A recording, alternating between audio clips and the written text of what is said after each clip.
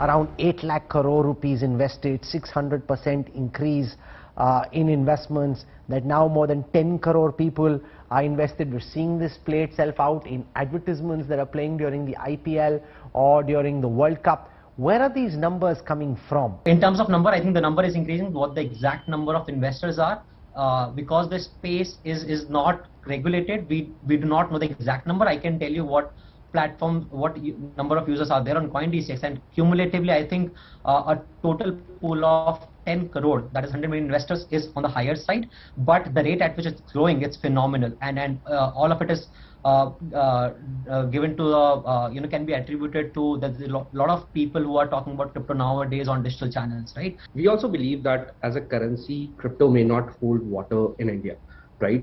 But cryptocurrency not only allows you to operate as a currency, but also allows a lot of new use cases to be built on blockchain, right? And that is why we call it crypto assets. I think the real challenge for India is that its risk conditions are very different from what we have in other countries. If you take the US, for example, which we look to as precedent, that is really the currency of the world, and that's not a currency that has any capital controls or SEMA or any kind of issues when it comes to its cross-border usage, because that is a very well-oiled mechanism called the euro-dollar system. If you are asking reasons for skepticism, not mine alone, but I think that even the regulators or the government itself is not really very comfortable about what is happening, is because the name cryptocurrency, I think itself quite misleading. This is really not a currency.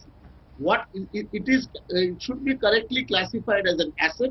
It's a digital asset. We all agree that this needs some form of regulation. The government needs to recognize it in some form, and most likely an outright ban would not be a very feasible option for all stakeholders. But what's important here is that we're at a very important juncture, because when you're legislating and drafting a law, this is an open canvas.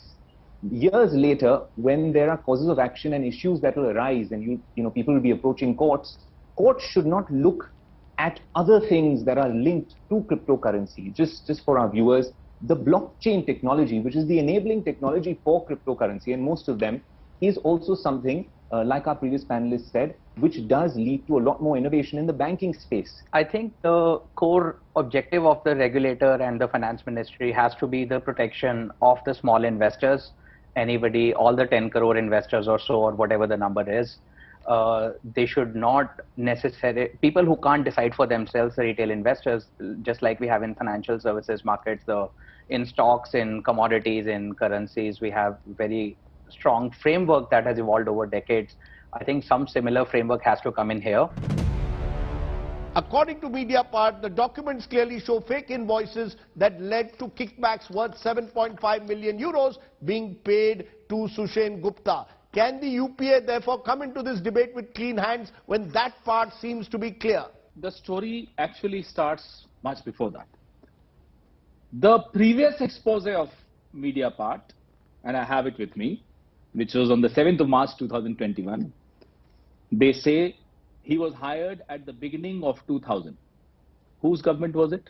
Mr. Vajpayee's government. Are we trying to suggest that if a private company hires a middleman anywhere in the world, the government of the day will be accused of corruption?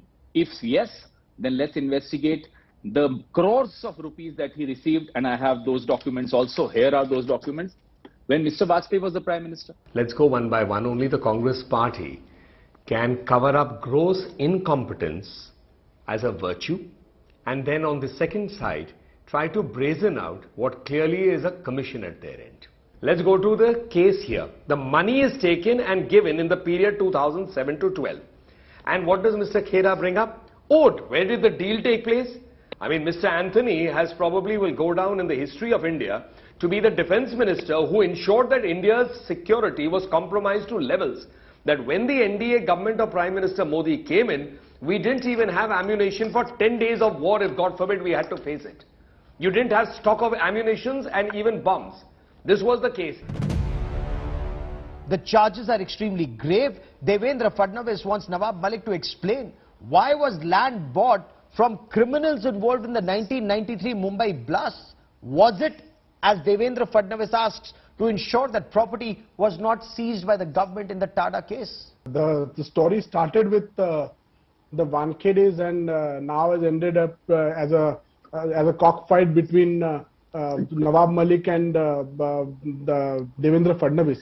I just wanted to know one thing, that because the Nawab Malik has been raising this issue, are we targeting him at a personal level, or because Nawab Malik made it a personal issue by drawing Mrs. Fadnavis into the whole controversy? This controversy now become political. The issue is not what is happening between these two people. The issue still at the core of it is that whether NCB in Mumbai was compromised. It's a clear-cut case. Nawab Malik has dealings with people from the underworld, and this is not just people convicted in the 1993 Mumbai bomb blast case, which was produced.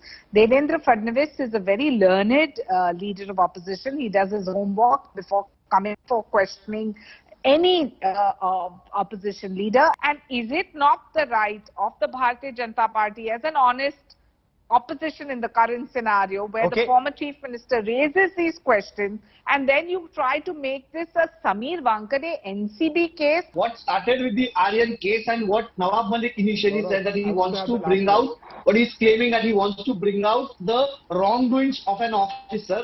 In a couple of days ago in his press conference, he said he's not against any party, he's not against any political leader, but he's against people who are misusing the agency. But now what we are seeing, it is every passing day it is turning out to be more personal and a battle of whataboutery.